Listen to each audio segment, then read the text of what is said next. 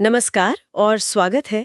आज हम इतिहास के एक ऐसे पन्ने को पलट रहे हैं जिसने दक्षिण एशिया का नक्शा हमेशा के लिए बदल दिया।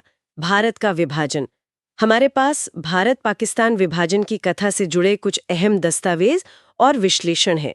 कोशिश करेंगे कि इस जटिल और बेहद दर्दनाक घटना के पीछे के कारण और इसके जो असर हुए उन पर रोशनी डाल सकें। 15 अगस्त 1947, एक तरफ आज़ादी का जश्न, सालों की गुलामी के बाद, लेकिन यही तारीख इतिहास के सबसे भयानक, सबसे खूनी बंटवारों में से एक का दर्द भी साथ लाई। ये सिर्फ जमीन का बंटवारा नहीं था, ये तो घरों का, जिंदगियों का, दिलों का बंटवारा था। और आंकड़े तो दिल दहला देते हैं इन दस्तावेजों में। करीब 20 लाख मौतें और 1.5 करोड़ से ज्यादा लोग बेघर अपनी ही जमीन पर। तो सवाल यही है, ऐसा क्यों हुआ, कैसे हुआ, क्या वजह थी इसके पीछे? बिल्कुल, और इन दस्तावेजों को देखते हुए ये साफ है कि ये कोई अचानक हुई घटना नहीं थी। ये तो दशकों से पनप रही कुछ चीजों का नतीजा था। राजनीतिक महत्वाकांक्षाएं थीं, अंग्रेजों की नीतियां थीं, और हाँ, दो समुदायों के बीच जो खाई बढ़ रही थी वो भी थी। बिल्कुल। हमारा मकसद यही है कि इन स्रोतों के जरिए उन घटनाओं को, उन फैसलों को, उन लोगों को समझें जिन्होंने जाने अनजाने इस त्रासदी की जमीन तैयार की। देखेंगे कि कैसे वो फूट डालो और राज करो वाली बात शुरू हुई, फिर कैसे अलग चुनाव क्षेत्रों ने उसे बढ़ाया, और कैसे आखिर में एक अलग देश की मांग उठी और बंटवारा हो गया। हाँ, और ये कीमत सच में बहुत बहुत भारी थी। आपने आंकड़ों का जिक्र किया, वो वाकई रोंगटे खड़े कर देते हैं। इन दस्तावेजों में बार बार ये बात आती है कि लगभग 1.5 करोड़ लोगों का विस्थापन, ये शायद मानव इतिहास की सबसे बड़ी त्रासदियों में से है। सोचिए जरा, रातों रात घर, जमीन, पहचान सब छोड़कर एक अनजान भविष्य की तरफ। जो कर तक पड़ोसी थे, दोस्त थे। हाँ दोस्त थे, वो अचानक दुश्मन जैसे बन गए। जहां एक मिलीजुली तहजीब थी, वहां मजहब के नाम पर दीवारें खड़ी हो गईं। ये सिर्फ आंकड़े नहीं है, ये लाखों टूटी हुई जिंदगियों की कहानियां हैं। और इन कहानियों की जड़ें वो तो काफी गहरी हैं। हमारे पास जो विश्लेषण है वो साफ इशारा करते हैं कि बंटवारे के बीज तो असल में अंग्रेजों ने ही बोए थे। उनकी वो डिवाइड एंड रूल पॉलिसी। हाँ बिल्कुल, और इसकी एक शुरुआत साफ तौर पर इन दस्तावेजों में 1905 में दिखती है। लॉर्ड कर्जन का बंगाल विभाजन का प्रस्ताव। हालांकि बाद में उसे रद्द करना पड़ा 1911 में, भारी विरोध के बाद। लेकिन तब तक शायद जो नुकसान होना था वो हो चुका था। अच्छा। कैसे? दस्तावेज बताते हैं कि इस बंटवारे ने, भले ही वो एडमिनिस्ट्रेशन के नाम पर किया गया हो, मुस्लिम नेताओं और बुद्धिजीवियों के एक हिस्से में ये एहसास जगा दिया कि उनके हित शायद हिंदुओं से अलग हैं और उन्हें अपने राजनीतिक हक के लिए संगठित होना होगा। इसी माहौल में, जैसा रिकॉर्ड्स बताते हैं, 1906 में ढाका में ऑल इंडिया मुस्लिम लीग बनी। तो बंगाल विभाजन रद्द तो हुआ, लेकिन एक तरह का दिमागी विभाजन कर गया वो। और फिर अंग्रेजों ने इसे और मजबूत किया 1909 के मॉडले मिंटो सुधारों से। उनमें क्या था ऐसा खास? उन सुधारों का सबसे अहम और विवादास्पद हिस्सा था मुसलमानों के लिए पृथक निर्वाचन क्षेत्र, सेपरेट इलेक्टोरेट्स। मतलब ये कि मुस्लिम वोटर सिर्फ मुस्लिम उम्मीदवार को ही वोट दे सकते थे। दस्तावेज कहते हैं कि ये सिर्फ एक चुनावी चीज नहीं थी, ये असल में समाज को बांटने की कोशिश थी। अच्छा, धार्मिक आधार पर। हाँ बिल्कुल, आधिकारिक तौर पर इसने राजनीति में धर्म को क्या कहते हैं, इंस्टीट्यूशनलाइज कर दिया। अब नेताओं के लिए जरूरी हो गया कि वो अपनी धार्मिक पहचान पर जोर दें वोट पाने के लिए। इसने एक तरह से दो अलग राजनीतिक समुदायों की नींव डाल दी। राष्ट्रीय हितों से ज्यादा कम्युनिटी के हित वो ज्यादा हावी होने लगे। ये तो सच में एक बड़ा टर्निंग पॉइंट था। राजनीतिक पहचान और धार्मिक पहचान सीधे सीधे जुड़ गई। तो इस कदम ने माहौल को कैसे बदला? और ये जो अलग राष्ट्र की सोच थी वो कहां से आई, फिर कैसे पनपी? इसके बाद कई और घटनाएं हुई जिन्होंने इस खाई को बढ़ाया। एक अहम जिक्र जो इन दस्तावेजों में मिलता है वो है 1930 का। इलाहाबाद में मुस्लिम लीग का सेशन था और मशहूर शायर और फिलोसोफर सर मोहम्मद इकबाल ने अपने अध्यक्षीय भाषण में पहली बार उत्तर पश्चिम भारत में एक संगठित मुस्लिम राज्य की जरूरत की बात कही। अच्छा, 1930 में? हाँ, हालांकि वो अभी एक कह सकते हैं धुंधला सा विचार था, पर एक बौद्धिक जमीन तैयार हो गई। और फिर आए 1937 के चुनाव। कहते हैं कि इन चुनावों के नतीजों ने कांग्रेस और मुस्लिम लीग के रास्ते एकदम अलग कर दिए। हमारे पास जो विश्लेषण है वो बताता है कि कांग्रेस ने तो जबरदस्त जीत हासिल की, 11 में से 7 प्रांतों में सरकार बनाई, लेकिन मुस्लिम लीग का प्रदर्शन खासकर मुस्लिम आरक्षित सीटों पर बहुत खराब रहा। हाँ बिल्कुल, यहाँ तक कि मुस्लिम बहुल प्रांतों में भी उन्हें कोई खास कामयाबी नहीं मिली। इसका क्या असर पड़ा? इसका असर बहुत गहरा हुआ। दस्तावेज बताते हैं कि इन नतीजों से मुस्लिम लीग और खासकर मोहम्मद अली जिन्ना को ये लगा कि एक मिले जुले भारत में जहां कांग्रेस का दबदबा हो, शायद मुसलमानों को वो राजनीतिक ताकत नहीं मिलेगी जिसकी वो उम्मीद कर रहे थे। कांग्रेस की जीत और फिर कुछ प्रांतों में सरकार बनाने के जो अनुभव रहे, उन्होंने लीग के नेताओं को और शक में डाल दिया। यहीं से लीग ने अपनी रणनीति बदली और ज्यादा जोर शोर से मुसलमानों को एकजुट करने और एक अलग राजनीतिक पहचान बनाने पर काम शुरू किया। दस्तावेज ये भी इशारा करते हैं कि आज़ादी सब चाहते थे, लेकिन सत्ता में हिस्सेदारी और भविष्य के भारत का ढांचा कैसा हो, इस पर मतभेद बढ़ते ही गए। और इसी माहौल में 1940 में लाहौर में मुस्लिम लीग का वो अधिवेशन हुआ जहां अलग राष्ट्र की मांग को औपचारिक रूप दिया गया। बिल्कुल, 23 मार्च 1940 लाहौर। मुस्लिम लीग ने वो प्रस्ताव पास किया जिसे बाद में पाकिस्तान प्रस्ताव कहा गया। इसमें साफ कहा गया कि जिन इलाकों में मुसलमान बहुमत में हैं, जैसे उत्तर पश्चिम और पूर्वी भारत में, उन्हें मिलाकर स्वतंत्र राज्य बनाए जाएं। इस समय तक जिन्ना मुस्लिम लीग के सबसे बड़े नेता बन चुके थे और उन्होंने 2 राष्ट्र सिद्धांत मतलब 2 नेशन थियरी को लीग की राजनीति का केंद्र बना दिया था। एक नजरिया जो कुछ विश्लेषणों में आता है वो जिन्ना की निजी राजनीतिक महत्वाकांक्षाओं से भी जुड़ता है। अच्छा। हाँ, इनमें कहा गया है कि जब ये साफ हो गया कि आजाद भारत के पहले प्रधानमंत्री के लिए गांधी जी का समर्थन नेहरू को है, तो जिन्ना ने अलग राष्ट्र की मांग को और मजबूती से आगे बढ़ाया। हालांकि ये ध्यान रखना होगा कि ये उस वक्त की जटिल राजनीति का सिर्फ एक पहलू है, और भी कई गहरे सामाजिक राजनीतिक कारण थे। इसी राजनीतिक गहमा गहमी के बीच दुनिया में एक और बड़ी उथल पुथल चल रही थी, दूसरा विश्व युद्ध। इसका भारत की आज़ादी और बंटवारे की प्रक्रिया पर क्या असर पड़ा? अंग्रेजों का रवैया कैसा था इस दौरान? दस्तावेज क्या कहते हैं? दूसरे विश्व युद्ध ने पूरी प्रक्रिया को तेज कर दिया। दस्तावेज बताते हैं कि शुरू में ब्रिटेन ने युद्ध में भारत का साथ मांगा और बदले में भविष्य में स्वशासन देने की बात कही, लेकिन भारतीय नेता खासकर कांग्रेस बिना पूरी आजादी के वादे के युद्ध में शामिल होने को तैयार नहीं थे। जब जापानी फौज बर्मा तक आ गई और भारत पर हमले का खतरा बढ़ा, तब माहौल बदला, लेकिन अंग्रेजों के वादों पर भरोसा वो कम ही था। कुछ दस्तावेज तो ये भी कहते हैं कि युद्ध के दबाव के बावजूद अंग्रेज अपनी बात से पूरी तरह मुकर गए थे। इससे भारतीय नेताओं में काफी निराशा फैली। और इसी निराशा के जवाब में गांधी जी ने 1942 में भारत छोड़ो आंदोलन शुरू किया और करो या मरो का नारा दिया।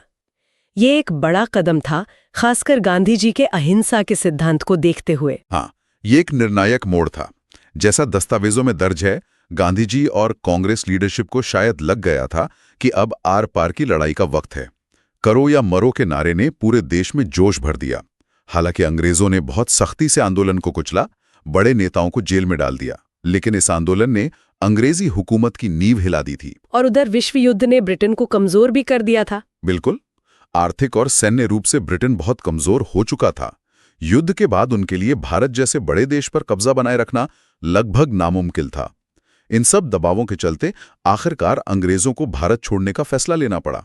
लेकिन तब तक मुस्लिम लीग की अलग देश की मांग इतनी मजबूत हो चुकी थी कि अंग्रेजों ने जाते जाते देश का बंटवारा करने का भी फैसला कर लिया। तो आजादी और बंटवारा दोनों साथ साथ।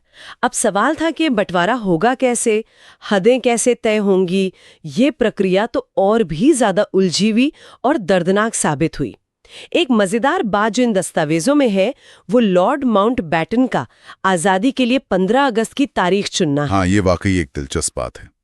दस्तावेज कंफर्म करते हैं कि माउंटबेटन ने 15 अगस्त इसलिए चुना क्योंकि ठीक 2 साल पहले 15 अगस्त 1945 को दूसरे विश्व युद्ध में जापान ने मित्र देशों के सामने सरेंडर किया था और उस वक्त माउंटबेटन साउथ ईस्ट एशिया कमान के सुप्रीम अलाइड कमांडर थे।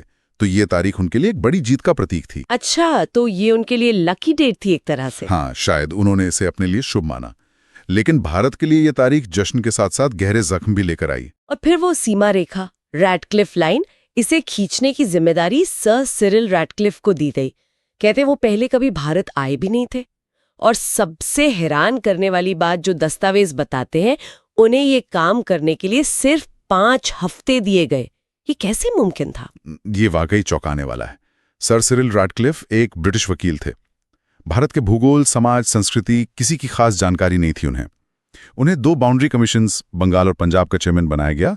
उनमें कांग्रेस और मुस्लिम लीग के नुमाइंदे भी थे, लेकिन आखिरी फैसला रैडक्लिफ का ही होना था।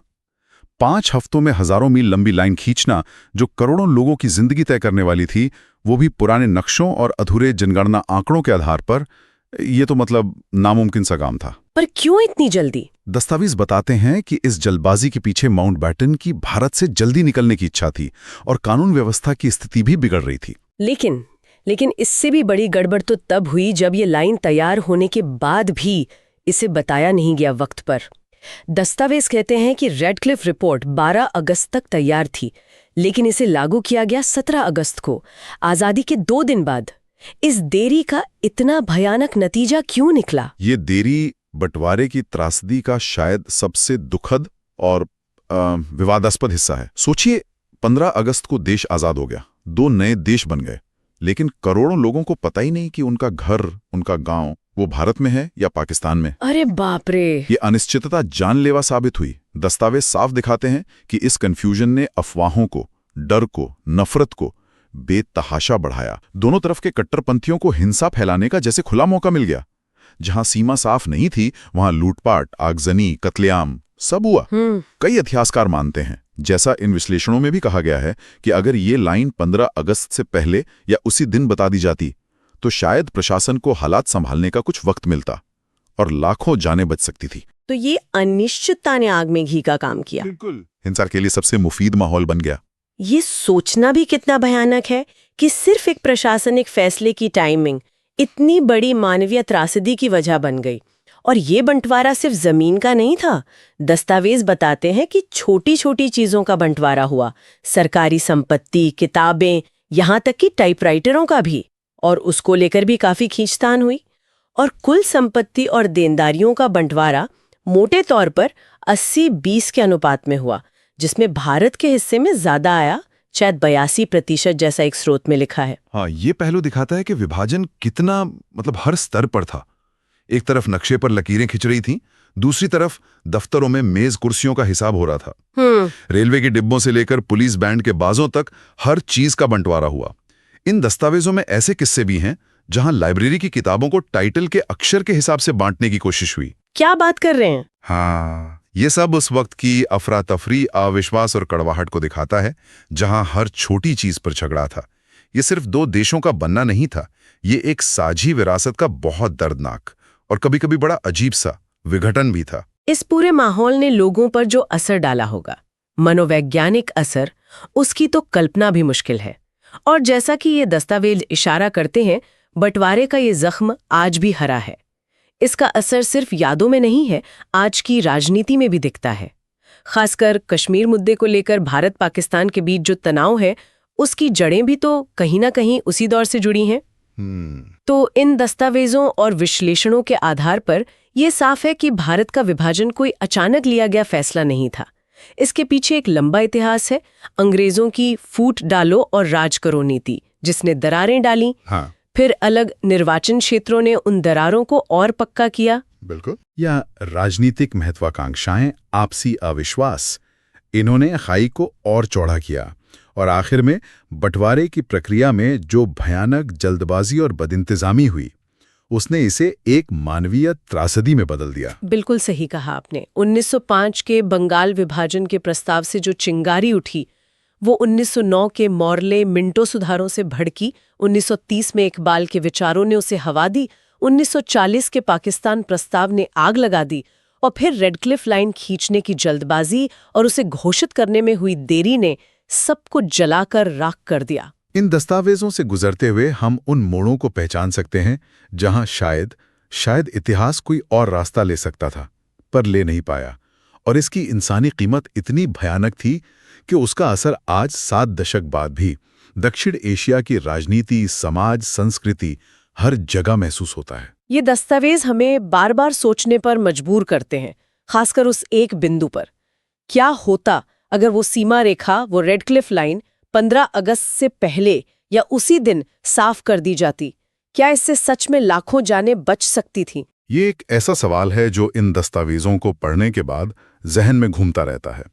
स्रोत बहुत साफ इशारा करते हैं कि 15 अगस्त और उसके बाद के दिनों में सीमा की अनिश्चितता ने हिंसा और अराजकता को बहुत ज्यादा बढ़ाया। ये हमें सोचने पर मजबूर करता है कि प्रशासनिक फैसलों का, खासकर उनके समय और उनके बताए जाने के तरीके का, जमीनी हकीकत और इंसानी जिंदगियों पर कितना गहरा और सीधा असर पड़ सकता है। क्या थोड़ी और प्लानिंग, थोड़ी कम जल्दबाजी और थोड़ी ज्यादा पारदर्शिता उस भयानक खून खराबे को कुछ कम कर सकती थी? ये सिर्फ एक अकादमिक सवाल नहीं है, ये हमें भविष्य के लिए भी सबक देता है कि कैसे बड़े फैसलों के मानवीय परिणामों का अंदाजा लगाना कितना जरूरी है। ये एक विचार है जिसे हमारे श्रोता अपने साथ ले जा सकते हैं और इस पर सोच सकते हैं। इस गहरी और महत्वपूर्ण चर्चा में शामिल होने के लिए धन्यवाद।